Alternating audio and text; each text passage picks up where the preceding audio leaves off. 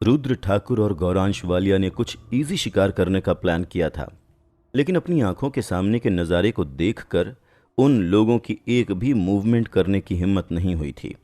अभी अभी उन लोगों ने जो कुछ देखा, उसे देखने के बाद वो सब के सब शौक के मारे अपनी अपनी जगह पर एकदम फ्रीज हो गए थे। इतने सारे सीक्रेट ब्लड एलियंस किसी गाजर मूली की तरह काट कर रख दिए गए थे।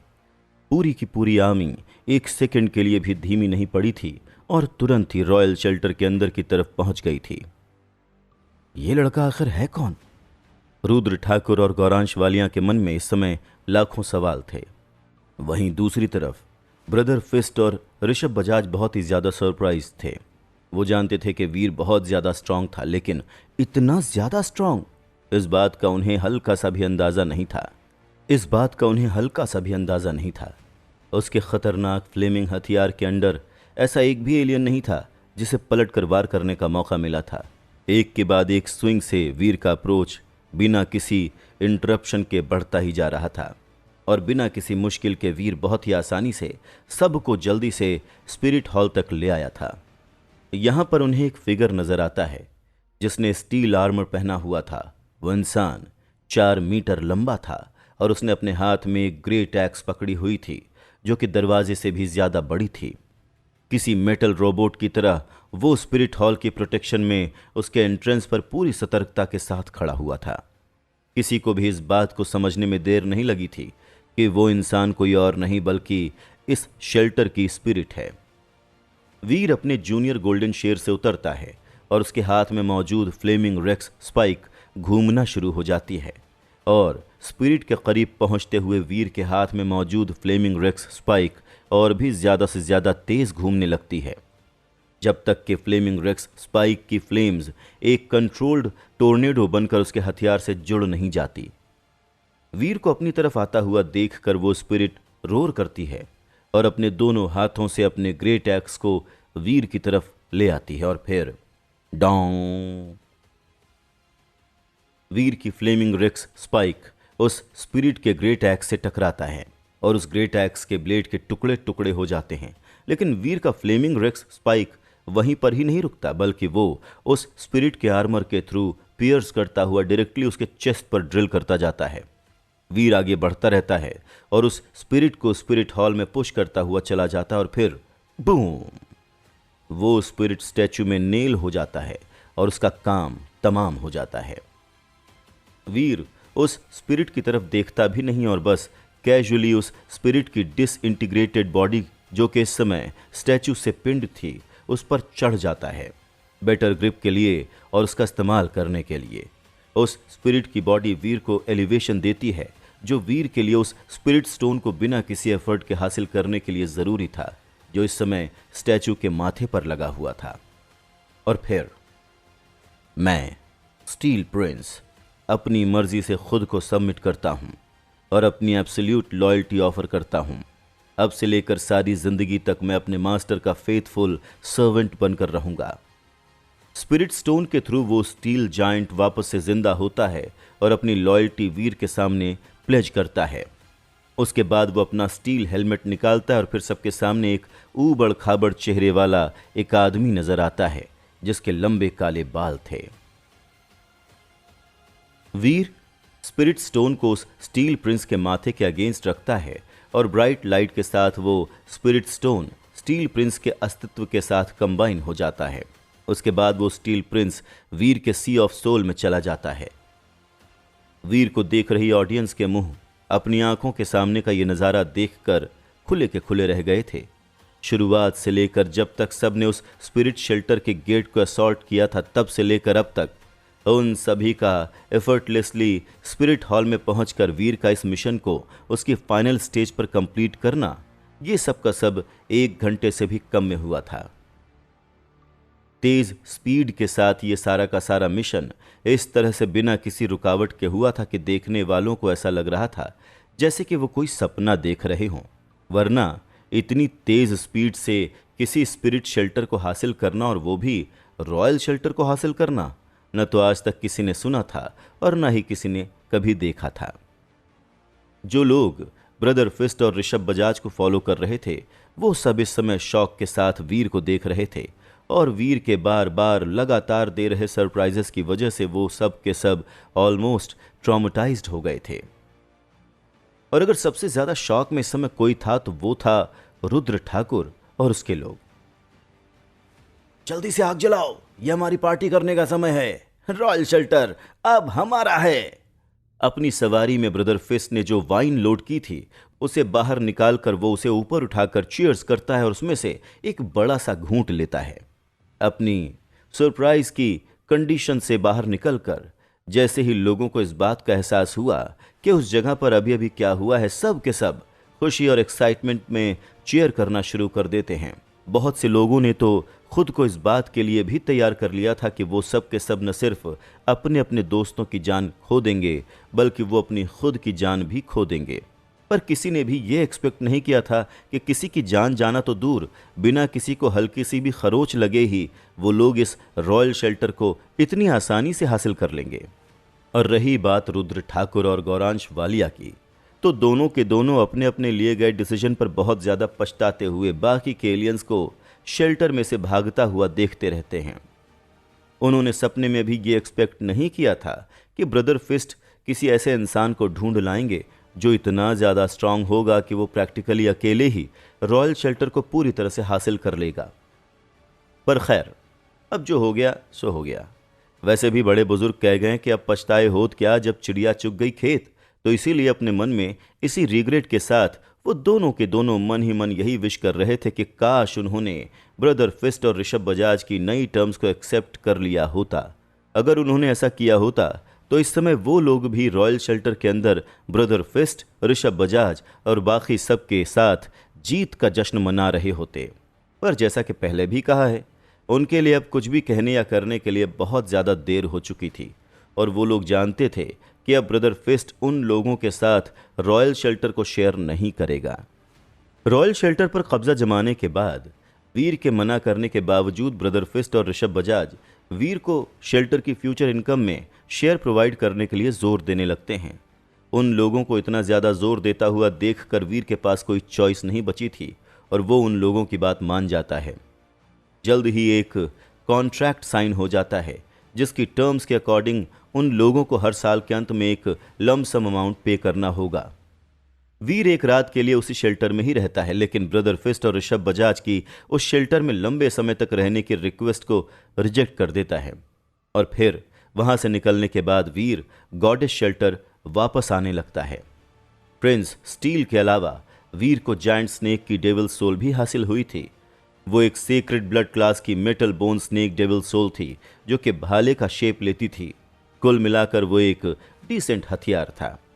जाहिर सी बात थी कि वीर को अब सीक्रेट ब्लड डेविल सोल्स की कोई ज़रूरत नहीं थी और इसीलिए वो डिसाइड करता है कि फ्यूचर में वो उन सीक्रेट ब्लड डेविल सोल्स को बेच देगा या फिर अगर कोई अट्रैक्टिव ऑफर या आइटम उसे इंटरेस्टिंग लगता है तो उसके लिए वो उन सीक्रेट ब्लड क्लास की डेविल सोल्स को ट्रेड कर देगा। अपने जूनियर शेर को राइड करता हुआ वीर इस समय आइस फील्ड में घूम रहा था और उसके हाथों में एक ब्लू रंग की मेटल बॉल मौजूद थी। वो ब्लू रंग की मेटल बॉल और कुछ नहीं बल्कि डेथ नेल की डेविल सोल थी और वो एक पेट डेविल सोल थी। जब वीर ने उसे अपने हाथ में लिया था तब वो किसी टॉय बेल के जैसी नजर आ रही थी। उसे इस तरह से देखकर कोई भी इस बात का अंदाजा नहीं लगा सकता था कि इस तरह की चीज ने जिस तरह से ब्लड सेंटीपीड को जान से मारा था उस नज़ारे को विटनेस करना कैसा होगा। जब वीर को पहले ये पेट मिला था तब उसके दिमाग में ये चल रहा था कि अपने इस नए पेट को वो फीड कैसे करेगा। वीर को नहीं लगता था कि ये पेट मीट कंज्यूम कर सकता होगा। रॉयल शेल्टर को हासिल करने के बाद वीर ने मरे हुए सीक्रेट ब्लड एलियंस का ब्लड उस बेल के ऊपर ड्रिप करने की कोशिश की थी और अपनी उस कोशिश का वीर को जो रिजल्ट मिला था वो एक सक्सेस ही लग रहा था, क्योंकि उस बेल ने सीक्रेट ब्लड एलियंस के ब्लड को एब्जॉर्ब कर लिया था, जिसके बाद वो बहुत ही जल्द ग्लो होना शुरू हो गई थी। और यही वो पल था जब वीर को रियलाइज हुआ था कि वो बेल ब्लड पीती है, लेकिन वो बेल कोई ऐसा वैसा या किसी भी तरह का ओल्ड ब्लड नहीं पीती थी। वो बस केवल सीक्रेट ब्लड एलियंस के ब्लड पर ही रिएक्ट करती हुई नजर आ रही थी। होली एंजल की ही तरह वो भी एक पिकी ईटर थी। बस वीर को इस समय ये नहीं समझ में आ रहा था कि हो सकता है कि होली एंजल की ही तरह उस बेल के लिए भी अपने एवोल्यूशन को पूरा करने के लिए सीक्रेट ब्लड एलियंस का ब्लड काफी नहीं होगा। वीर का ऐसा अंदाजा था कि जहां तक है उसके इस पेट को एक बैटल मोड पेट में इवॉल्व होने के लिए सुपर एलियन के ब्लड की जरूरत पड़ेगी। अगर ये पेट बैटल मोड में इवॉल्व हो जाता है तो क्या ये उतना ही खतरनाक और डरावना होगा जितना कि वो ओरिजिनल डेथ नेल था? अपने मन में आए इस ख्याल से वीर के दिल में उम्मीद की एक किरण जाग गई थी। वीर के लिए सुपर एलियंस को जान से मारना अब कोई इम्पॉसिबल काम नहीं रह गया था, और यही वजह थी कि जो मेथड वीर ने थियोराइज किया है उस मेथड में डेथ नेल को इवॉल्व करने की कोशिश करना उसके लिए बहुत ज़्यादा मुश्किल काम नहीं रह गया था। अब बस अगर उसे किसी चीज़ की ज़रूरत थी तो बस एक ऐसे सुपर एलियन की जिसे जान से मारकर वो न सिर्फ उसका लाइफ जीन एसेंस हासिल कर सके बल्कि उसके ब्लड को अपने इस डेथ नेल पेट को भी फीड करा सके।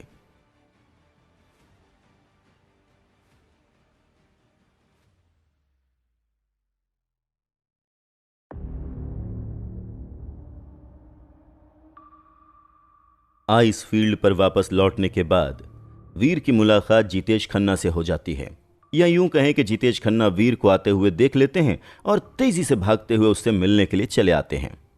बॉस, आप आ गए। मैं कब से आपके आने का इंतजार कर रहा था। वो मैं सोच रहा था कि अभी अभी जो सुपर एलियन मरा है उसका लाइफ जीन एसेंस क्या आप मुझे बेचना चाहेंगे? अपनी आंखों में उम्मीद के साथ जितेश खन्ना वीर को देखते हुए उससे पूछते हैं।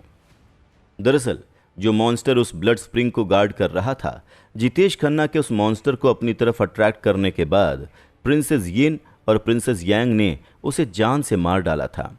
उस एलियन के मरने के बाद उसकी बॉडी पीछे नहीं बची थी, बस केवल उसका लाइफ जीन एसेंस ही बचा हुआ था। श्योर, आपने अभी भी पहले का अपना 30% कैश नहीं किया है, और इस लेटेस्ट शिकार के बाद आप एडिशनल 20% भी ओ करते हैं। ऐसे में अगर आप इसकी कीमत का बाकी का 50% भी इकट्ठा करने में कामयाब हो जाते हैं तो ये लाइफ जीन एसेंस आपका। लेकिन आपको इस आइटम को एक सीक्रेट की तरह रखना होगा। आप किसी को भी ये नहीं बता सकते कि आपने प्रैक्टिकली इस आइटम को अरोरा फैमिली से चुराया है। अगर उन्हें इस बात की भनक भी लग गई ना कि हमने उनका सुपर एलियन चुराया है, तो मैं इमेजिन भी नहीं कर सकता कि वो हमारे साथ क्या क्या कर सकते हैं। जितेश खन्ना की बात सुनकर वीर अपने चेहरे पर स्माइल के साथ उनसे कहता है, बिल्कुल बॉस, मैं समझ गया आप जो कह रहे हैं। मैं सबको यही कहानी बताऊंगा कि ये लाइफ जीन एसेंस उस सुपर एलियन का है जिसे हम दोनों ने ढूंढा है और फिर साथ मिलकर उससे लड़ा है। इनफैक्ट अपनी फैमिली को भी मैं यही कहानी बताऊंगा। मैं इस बात की गारंटी देता हूं कि आपके और मेरे अलावा किसी भी और इंसान को इस बात की भनक तक नहीं लगेगी। अपनी आवाज़ में एक्साइटमेंट के साथ जितेश खन्ना वीर से कहते हैं, और जितेश खन्ना की बात सुनकर वीर अपनी आंखें रोल कर लेता है। आफ्टर ऑल जीरो उस जगह मौजूद थी जब वो सुपर एलियन मरा था, और उसे डेफिनेटली इस बारे में पता ही होगा कि किस एलियन ने उस लाइफ जीन एसेंस को अपने पीछे छोड़ा था। शायद जितेश खन्ना इस समय इतने ज़्यादा एक्साइटेड हैं कि अपनी इस एक्साइटमेंट में वो ज़ीरो की एग्जिस्टेंस के बारे में पूरी तरह से भूल गए। लेकिन खैर जो भी था, वीर को इस बात पर तो पूरा भरोसा था कि जितेश खन्ना किसी को सच नहीं बताएंगे, क्योंकि अगर उन्होंने ऐसा कुछ किया भी तो उनकी खुद की जान खतरे में पड़ जाएगी। और सिर्फ इतना ही नहीं, अगर कभी भी ये सच सबके सामने आ गया कि जितेश खन्ना के पास उस सुपर एलियन का लाइफ जीन एसेंस है जिसे अरोरा फैमिली जान से मारना चाहती थी और जो एक्चुअल में अरोरा फैमिली को ही बिलोंग करता है, तब फिर अपने साथ साथ जितेश खन्ना अपनी खुद की फैमिली की जान को भी खतरे में डाल देंगे। अब ये तो बताने की भी ज़रूरत नहीं थी कि वीर को भी अरोरा फैमिली से डर लग रहा था, अपने लिए नहीं बल्कि अपनी खुद की फैमिली के लिए। जितेश खन्ना से मिलने के बाद वीर असिस्टेंस के लिए तानिया ओबेरॉय को ढूंढता है और अपने साथ मोराग्रह का मैप भी लाता है। मोराग्रह बहुत ही बड़ा था और द्रोणा मार्शल हॉल की पावर्स के साथ भी इस तरह का मैप कंपोज करना बहुत मुश्किल था। इसके अलावा वहाँ पर कुछ सैकड़ों हज़ारों मील अनचार्टेड रीजन्स भी थे। बहुत सी जानी मानी जगह डेंजर जोन्स की तरह मार्क्ड थीं, और इस तरह की ख़तरनाक जगहों को अवॉइड करने के लिए ट्रैवलर्स को जो डिटोर्स लेने पड़ते थे उसकी वजह से उनका सफ़र और भी ज़्यादा लंबा हो जाता था। इनफैक्ट ये ऑल्टरनेट रूट्स अक्सर ही सफ़र की लेंथ को 3 गुना कर देती थीं। लेकिन अनफॉर्चुनेटली अभी भी ऐसी बहुत सी जगह थी जिन्हें बिल्कुल भी अवॉइड नहीं किया जा सकता था। द्रोणा मार्शल हॉल ने इस तरह के एरियाज की कैटेगरी के लिए बहुत ही भारी कीमत चुकाई थी। लोगों के खून की कीमत। बहुत ही कम ऐसे लोग थे जो इस जगह के एक्सप्लोरेटरी वेंचर्स से वापस लौटे थे, और एक बार मैप करने के बाद किसी ने भी वापस लौटने की हिम्मत तक नहीं की थी।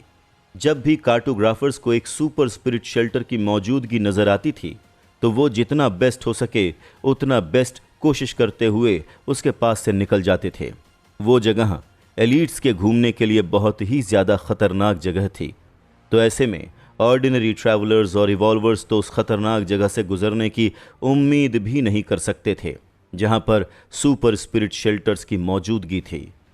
जाहिर सी बात थी कि वीर इस समय काफ़ी ज़्यादा अकम्प्लिश्ड था, लेकिन उसके बावजूद उसे भी सुपर स्पिरिट रीजन्स के अक्रॉस ट्रैवल करने के लिए बहुत ही ज़्यादा सतर्कता बरतनी पड़ेगी।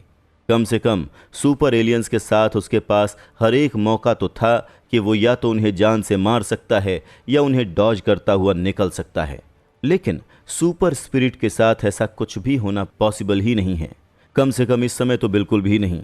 और ये बात वीर को लाइट सन ऑफ गॉड के साथ लड़कर ही समझ में आ गई थी, और यही वजह थी कि वीर इस समय ऐसा कोई भी रिस्क नहीं लेना चाहता था जिससे कि उसकी जान को किसी भी तरह का कोई खतरा पहुंचे। आइस फील्ड के सबसे करीब जो डेंजर जोन मौजूद था, जहां पर किसी को भी जाने की सलाह नहीं दी जाती थी, उसे ब्लैक डेजर्ट के नाम से जाना जाता था। वो जगह पूरी तरह से अनएवॉइडेबल थी, और उस जगह की तुलना इस तरह से की जाती थी कि वहां पर जाने का मतलब सीधा मौत को गले लगाना था। वहां पर मौसम बहुत ही ज़्यादा खतरनाक और ख़राब रहता था, और उस जगह पर अनगिनत पावरफुल और ख़तरनाक मॉन्स्टर्स रहते थे। ब्लैक डेजर्ट को अवॉइड करने का बस एक ही तरीका था, एक ऐसा डिटॉर लेना जो ट्रैवलिंग के लिए 6 महीनों का समय ले लेगा, लेकिन उसके बावजूद उस ऑल्टरनेट रूट में भी कम से कम एक स्पिरिट शेल्टर तो मिलेगी ही। तो कुल मिलाकर ये ऑल्टरनेट रूट भी खुद ब्लैक डेजर्ट से भी कहीं ज़्यादा खतरनाक था। वीर ब्लैक डेजर्ट के अक्रॉस जाने की तैयारी कर रहा था, क्योंकि डिटोर लेना उसके लिए बहुत ही ज़्यादा मुश्किल भरा काम हो जाएगा, और इसीलिए डायरेक्टली ब्लैक डेजर्ट को क्रॉस करते हुए जाना उसके लिए कहीं ज़्यादा सेफ होगा। और अगर वहाँ पर कोई भी सुपर स्पिरिट मौजूद नहीं हुई तो फिर उसे उस रास्ते में कोई बहुत ज़्यादा मुश्किल भी नहीं होगी। लेकिन इस तरह से वीर को किसी दूसरे ह्यूमन शेल्टर तक पहुंचने में बहुत लंबा समय लग जाएगा, और इसी वजह से ही वीर ने पहले ही रूही चौहान को ये बात बता दी थी कि वो लंबे समय तक गायब रहने वाला है। प्रेसिडेंशियल इलेक्शन खत्म हो गए थे, और जैसा कि एक्सपेक्टेड था, रूही के डैड मिस्टर चौहान प्रेसिडेंट बन गए थे, और यही वजह थी कि इस समय रूही भी उसे फॉलो करते हुए काफ़ी ज़्यादा बिजी थी। वीर उससे कुछ देर तक बात करता रहता है, लेकिन रूही इस समय इतनी ज़्यादा बिजी थी कि उसके पास ज़्यादा देर तक बात करने का समय ही नहीं था। बार बार लगातार मैसेजेस पर मैसेजेस पॉपअप हो रहे थे जो रूही का अटेंशन भंग कर रहे थे, जो रूही का अटेंशन मांग रहे थे, और रूही के पास अभी भी बहुत सा पेपर वर्क था जो करने के लिए बचा हुआ था। वीर अपने हाथ में चाय का एक कप लिए रूही को काम करता हुआ देख रहा था। सच पूछो तो जब वीर इस समय रूही को देख रहा था तब उसने ऐसा कुछ नोटिस किया जो आज से पहले उसने कभी भी नोटिस नहीं किया था। लेकिन फिर आज से पहले वीर ने इस तरह से बैठकर बस केवल रूही को काम करते हुए ऑब्जर्व भी तो नहीं किया था, और यही वजह थी कि आज वीर को रियलाइज हुआ था कि रूही एक्चुअल में कितनी ज़्यादा अलग है। भले ही बात जब कॉम्बैट के आर्ट्स की आती है तब रूही बहुत ज़्यादा टैलेंटेड नहीं है, लेकिन इसका मतलब ये बिल्कुल भी नहीं है कि वो बिल्कुल भी टैलेंटेड नहीं है। आज वीर को रियलाइज़ हुआ कि रूही बहुत से अलग अलग एस्पेक्ट्स में टैलेंटेड है। इनफैक्ट रूही काफ़ी ज़्यादा रिमार्केबल है, वो चीज़ों को हैंडल करने में बहुत ही ज़्यादा अच्छी है, और उसके पास हर वो क्वालिटी है जो कि एक कमाल के लीडर में होनी चाहिए। बस उसके पास कमाल की फाइटिंग स्किल्स की ही कमी है। रूही को इस तरह से बिजी होकर काम करता हुआ देखकर वीर के मन में एक बार फिर से ख्याल आया था, एक ऐसा फ्यूचर जहां पर वो इसी तरह से चाय पीते हुए रूही को काम करता हुआ देख रहा था। और वीर जानता था कि इस तरह का फ्यूचर केवल उसकी इमेजिनेशन नहीं है, बल्कि आने वाले वक्त की सच्चाई है। जब रूही काम कर रही थी तब वीर को यह बहुत ही ज़्यादा अलग तरह से अट्रैक्टिव नज़र आ रही थी। वो बस केवल एक खूबसूरत लड़की या लवर के जैसी नहीं लग रही थी जो कि कमज़ोर हो और जिसे एक आदमी के सहारे की ज़रूरत हो, बल्कि वो एक स्ट्रांग और सेल्फ सफिशिएंट लड़की थी जिसके अंदर कुछ भी कर गुजरने का जुनून था और जो एक बार अगर कुछ ठान ले तो उसे करके ही दम लेती थी। और रूही की ये क्वालिटी रियलाइज करने के बाद वीर को रूही पर और भी ज्यादा प्यार आ गया था। इनफैक्ट वीर को यह समझ में नहीं आ रहा था कि आज तक रूही की ये क्वालिटी उससे बची कैसे रह गई। ये तुम मुझे ऐसे क्यों देख रहे हो? जैसे कि मैं म्यूजियम में रखी हुई कोई चीज़ हूं। अपनी तरफ वीर की क्यूरियस नज़र देखकर रूही कंफ्यूजन में अपनी आईब्रोज सिकोड़ते हुए उससे पूछती है। बस ऐसे ही, तुम्हें अपने पास और करीब देखकर मुझे अच्छा लगता है। I am so lucky to have you in my life. Veer चलता हुआ रूही के सामने जाता है और उसके करीब आकर उसके माथे पर एक डीप किस दे देता है। हालांकि ये बात और थी कि वीर के इस एक्शन की वजह से और उसकी आंखों में उसके लिए प्यार देखकर शर्म के मारे रूही के गाल लाल हो जाते हैं और वो ब्लश करने लग जाती है। अचानक से ऐसा क्या हुआ जो तुम ये सब कर रहे हो? ब्लश करते हुए रूही वीर से पूछती है। हुआ कुछ नहीं, बस ऐसे ही मेरे मन में फीलिंग्स आई हैं। मैं तुम्हारे लिए यही फील करता हूं और इसीलिए मेरा तुम्हें ये बताना तो बनता ही है ना? वीर रूही की नाक पिंच करते उससे कहता है और बदले में रूही और भी ज्यादा ब्लश करने लग जाती है। अभी कितना और काम बचा है? रूही को एक बार फिर से किस करने के बाद वीर रूही से पूछता है। मत पूछो, ऐसा लग रहा है जैसे कि इस दुनिया का सारा काम मुझे ही दे दिया गया है और वो भी इतना ज़्यादा एग्जॉस्टिंग काम। हर रोज़ मुझे आधी रात तक काम करना पड़ता है, लेकिन फिर भी ये काम कमबख्त ख़त्म ही नहीं होता। आज भी लगता है कि ऐसा ही होने वाला है। अगर तुम थक गए हो तो फिर तुम जाकर पहले रेस्ट कर लो, मुझे तो पता नहीं अभी कितना समय लगने वाला है। वीर की बात सुनकर रूही एक गहरी सांस लेते हुए उसे कहती है और रूही की आवाज़ सुनकर वीर समझ जाता है कि इस समय वो कितना ज़्यादा एग्जॉस्टेड फील कर रही होगी और इसीलिए उसे बेटर फील कराने के लिए वीर उसे हक कर लेता है।